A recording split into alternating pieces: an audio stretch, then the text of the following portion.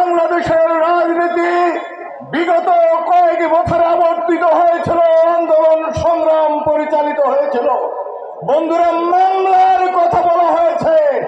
আমাদের প্রিয় নেতাকে আবর্জনার গাড়ি ভাঙচুরের মামলায় কারাদণ্ড দেওয়ার পায়তারা করেছিল। বন্ধুরা আমার, সাথী বন্ধুরা, আজকে 7 নভেম্বরের এই বিপ্লব সংহতি দিবসে একটাই প্রত্যয়, বাংলাদেশে আর কখনো পেশিবাদের উত্থান আর হবে না, হবে না, হবে না।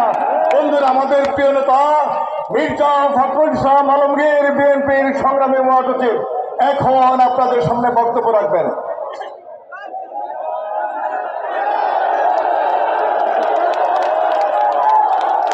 أعوذ بالله من الشيطان الرجيم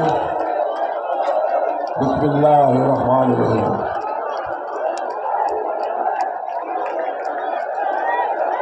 আমাদের মা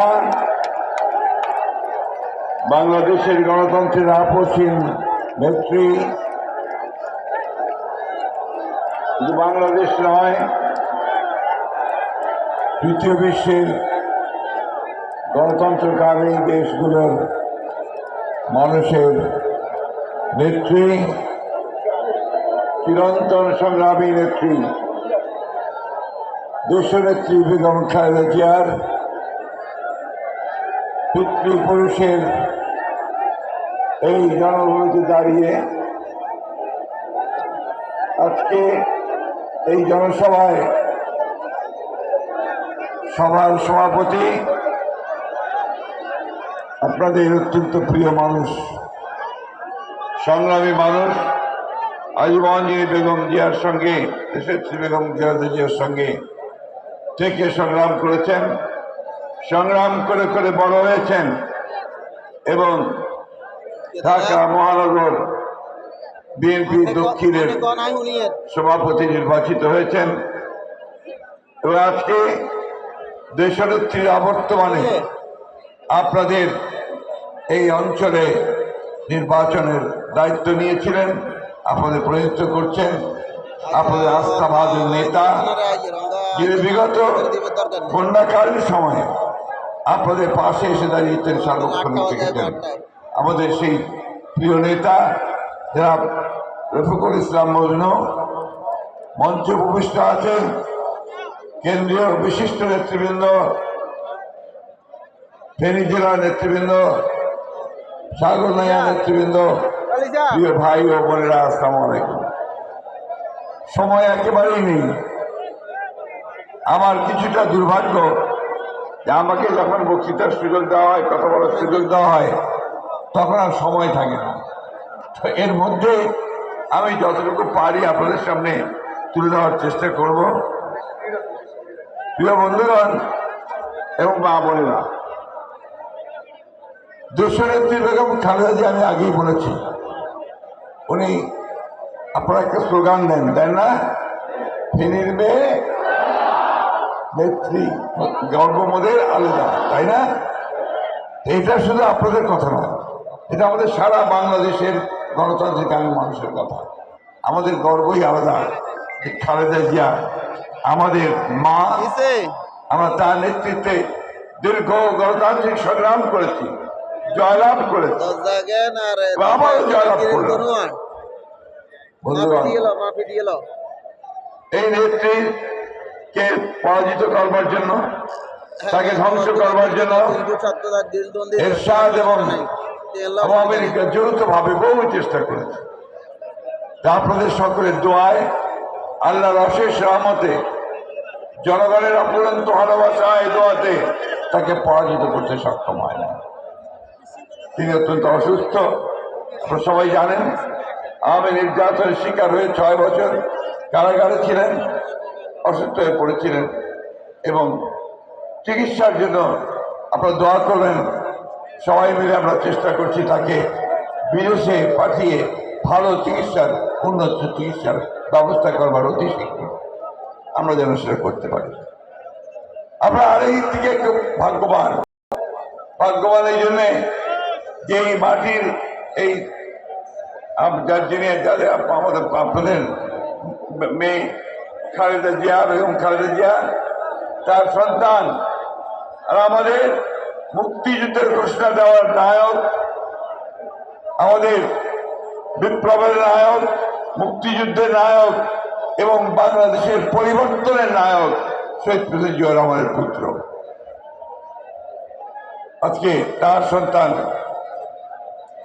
তারেক রহমান, তিনি আজকে আমাদেরকে নেতৃত্ব দিচ্ছেন, তাকে অন্যায়ভাবে মিথ্যা মামলা দিয়ে অত্যাচার করে, শারীরিক নির্যাতন করে সাজা দিয়ে তাকে বিদেশে নির্বাসিত করে রাখা হয়েছে। আচ্ছা বাবা,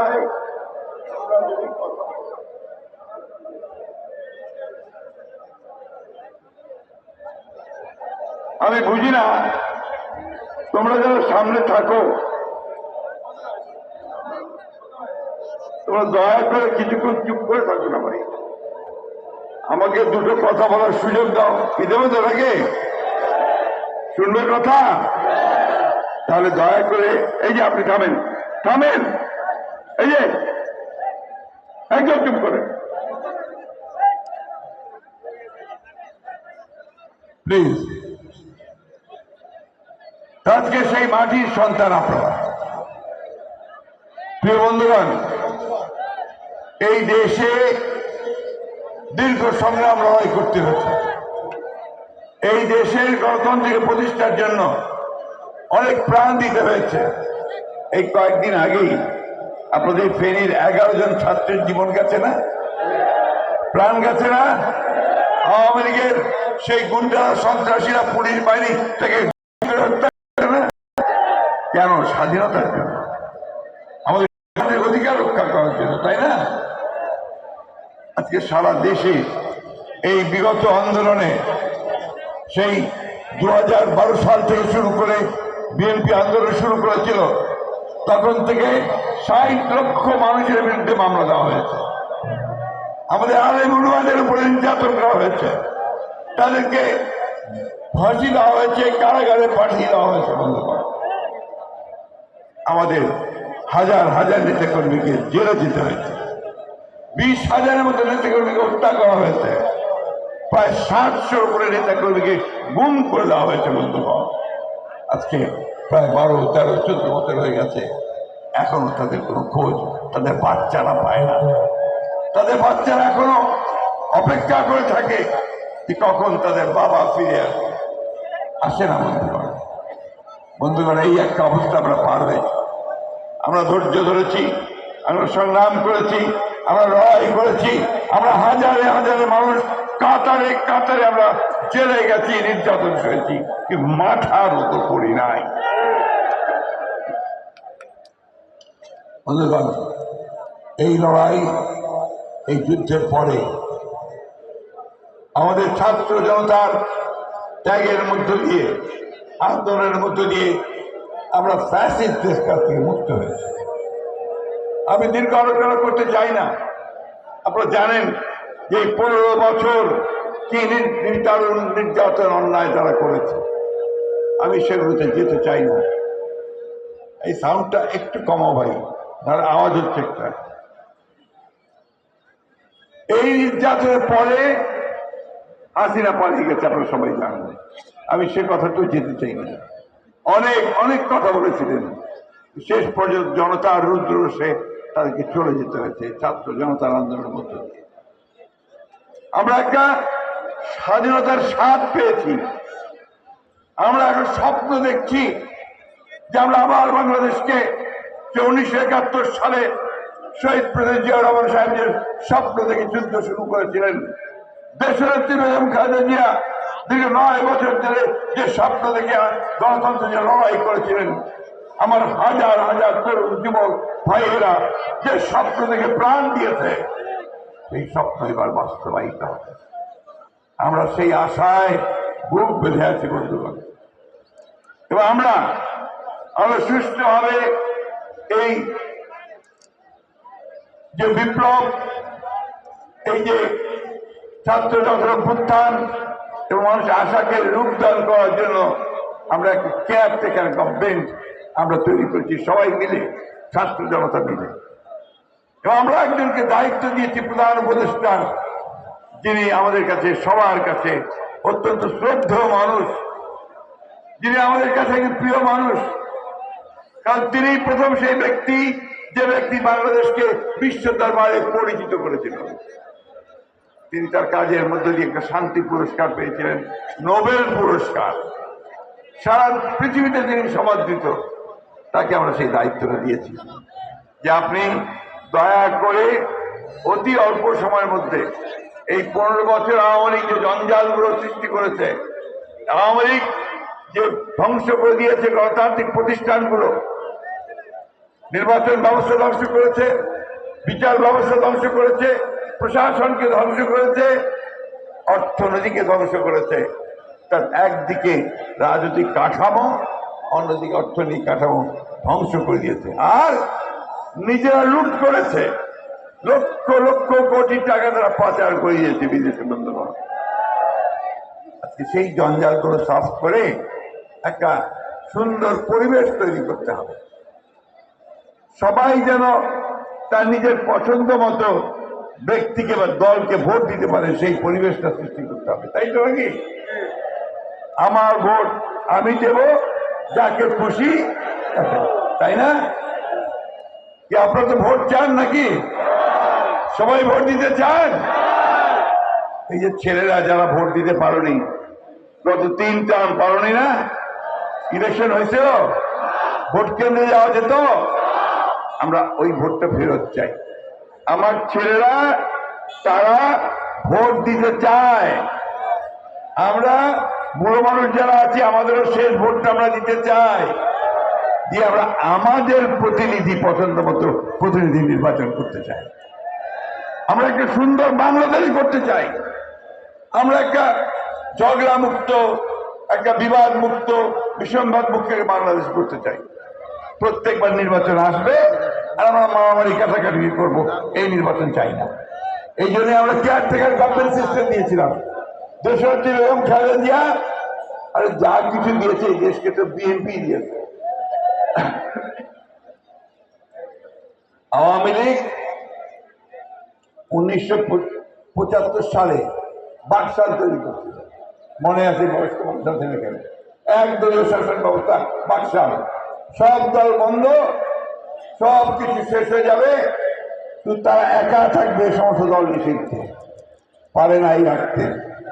তারপরে শেখ মুজিব চলে গেছে, আবার শহীদ প্রেসিডেন্ট জিয়াউর রহমান সাহেব প্রথমে এসেই বহুদলীয় গণতন্ত্র দিয়েছেন। ওই যেখানে লেখা আছে না আপনার, জাতীয় বিপ্লব ও সংহতি দিবস, এটা ওই 7ই নভেম্বর আবার তিনি নতুন করে সামনে এসে সেই বহুদলীয় গণতন্ত্র দিয়েছিলেন। শহীদ প্রেসিডেন্ট জিয়াউর রহমান নতুন করে অর্থনীতির মুক্তি দিয়েছিলেন, সংবাদপত্র মুক্ত করে দিয়েছিলেন। সেই জন্য আমরা বলি ওই জাতীয় বিপ্লব ও সংহতি দিবস বাংলাদেশকে বাঁচিয়ে দিয়েছিল।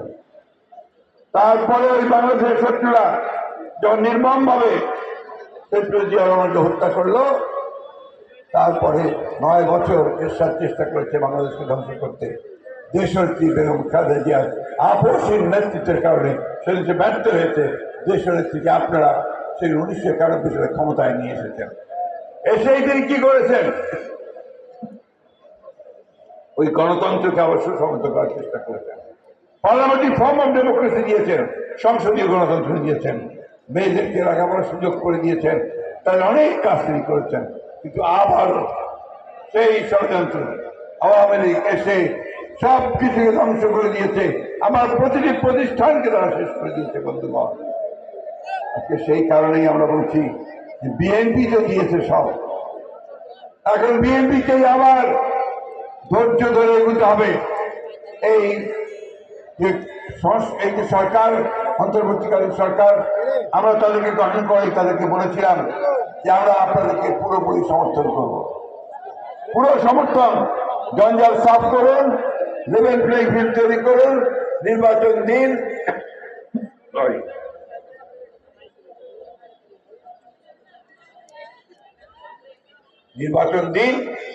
যারাই জয়ী হয়ে আসবে তারাই দেশকে সুন্দরভাবে চালাবে।